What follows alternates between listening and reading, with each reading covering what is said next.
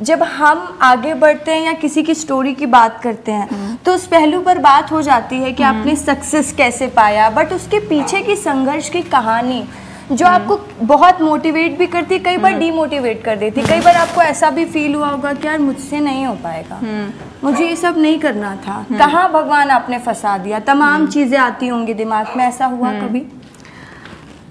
हाँ, ऐसा एक बार नहीं, ऐसा कई बार होता है। और आप सोचते हो कि लाइफ में अब आप आगे नहीं बढ़ सकते, अब कुछ रास्ते नहीं दिखते।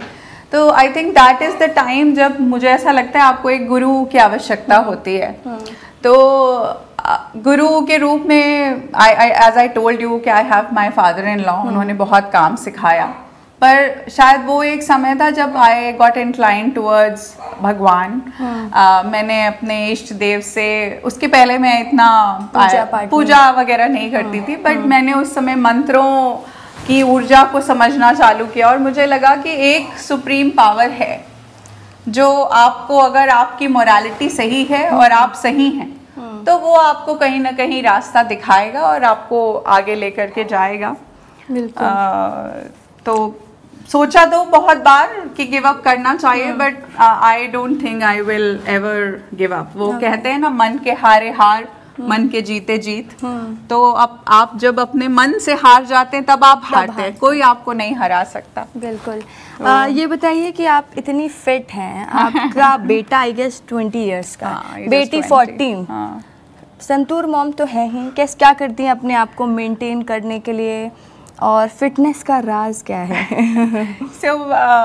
ये आदत वैसे मुझे मेरे हस्बैंड ने ही लगाई थी जिम की। एंड शुरू से ही हम लोग डांस और ये सब करते हैं। मैं खुद भी कथक डांसर रही हूँ, but somehow we started gymming together। हम लोग ने चालू किया, तो मैं थोड़ा बहुत रन करती हूँ क्योंकि थोड़े बैक के इश्यूज है, बहुत फास्ट नहीं, बट मैं जिम में बहुत जाती हूँ। वो एक समय 1 घंटा ऐसा होता है जब कान में आपके गाना लगा होता है और आप अपनी जितनी दिन भर की नेगेटिव ऊर्जा कहना चाहिए या जो भी, आप वो सारा निकाल लेते हैं वर्कआउट करते दौरान। और आपको खुद भी अच्छा लगता है कि आप आप प्रेजेंटेबल दिख रहे हैं।